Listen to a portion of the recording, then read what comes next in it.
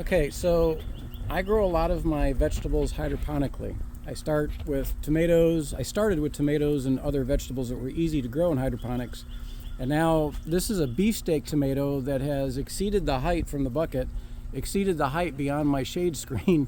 And so I'm going to trim back the top a little bit, but you can see that it's producing a lot of tomatoes because I have a lot of flowers planted around me to help attract pollinators. So I have a ton of flowers that are attracting my bees and my butterflies and things that help pollinate. They pollinate my tomatoes. They have pollinators mixed in with all of my hydroponics. But this cucumber plant that has decided to go on top now and has produced me probably at least 15 giant cucumbers like that. And there's more on the vines back inside that I have to watch because they weight the vine down and pull it down off the screen. There's a little one right there. I have plenty of pollination, plenty of cucumbers, but what I wanted to show you was this. You want to see what a healthy root system looks like? Look at the roots in this thing.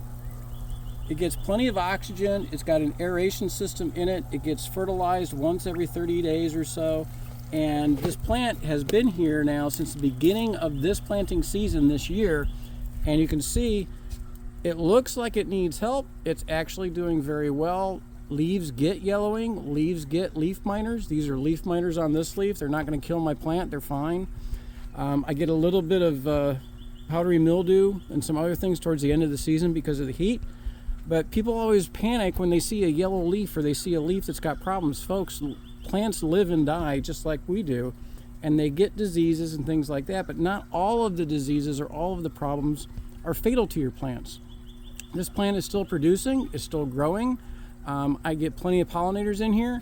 I get plenty of little fruits that will turn into cucumbers, and sometimes you get a fruit that doesn't pollinate correctly or hasn't been pollinated fully, like that one. That one will fall off. My dogs are chasing birds. And you'll see that it's okay. It's okay for your plant to get a yellow leaf here and there or to get some kind of leaf miners or stuff like that. Don't worry about having perfect plants. You're not going to have perfect plants. You're going to have issues with your plants, and it's okay. Learn from it, try to limit it, but understand that plants are going to get these things. My garden is thriving. I have no issues with my garden. I have leaf miners, I have yellowing leaves. I do watch calcium uptake of some of my plants. I get cucumbers literally on my patio. I harvested a huge one from this one earlier today. So I plant in and amongst all of my flowers, I plant my vegetables. And they go out and they go around my pool screen. So do yourself a favor, don't be so hard on your vegetables and on your plants. You're going to have minor issues with your plants. Now, if your plant dies from some kind of disease, then yes, research it so that you're not going to get it again. But what I've got, and I have found over the years, is plants aren't perfect, just like people.